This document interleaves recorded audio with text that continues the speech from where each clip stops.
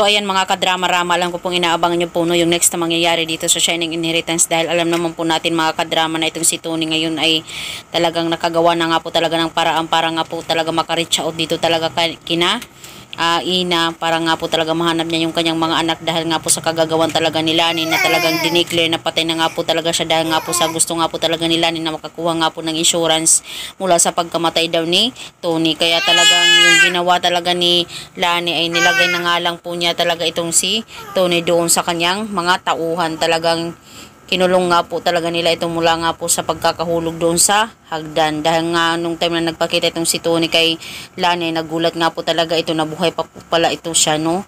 At dahil nga po talaga dito ay nagkaroon nga po talaga sila ng away. At itong si Lani, dahil wala na siyang ibang magawa kundi ayan, i-dispose na lang talaga yung kanyang asawa, diba? Dahil pera lang po talaga yung habol niya, hindi yung pagmamahal dito kay Tony.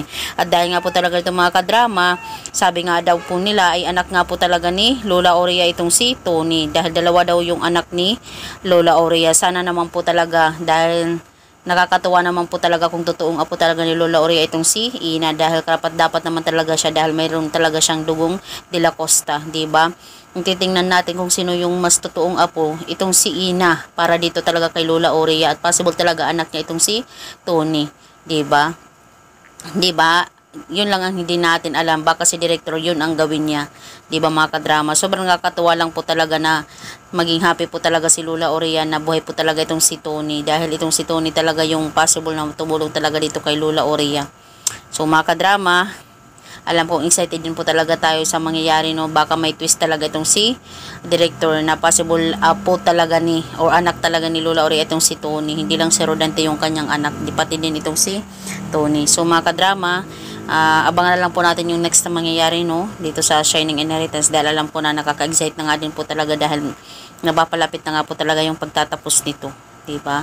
So mga kadrama, abang-abang na lang po tayo, no? Huwag niyo pong kalimutan na i-like, i-share, tsaka i-subscribe po yung aking channel para sa susunod na mga video na i-upload ko mga kadrama is ma-update ko po kayo. So yun lang po mga kadrama, abangan na lang po natin yung next na mangyayari dito. Maraming salamat again.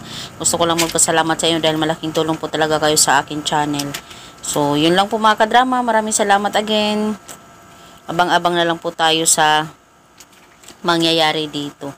Nakaka-excite lang po talaga. Alam po na-excite din po talaga kayo sa nalalapit na pagtatapos nito, diba?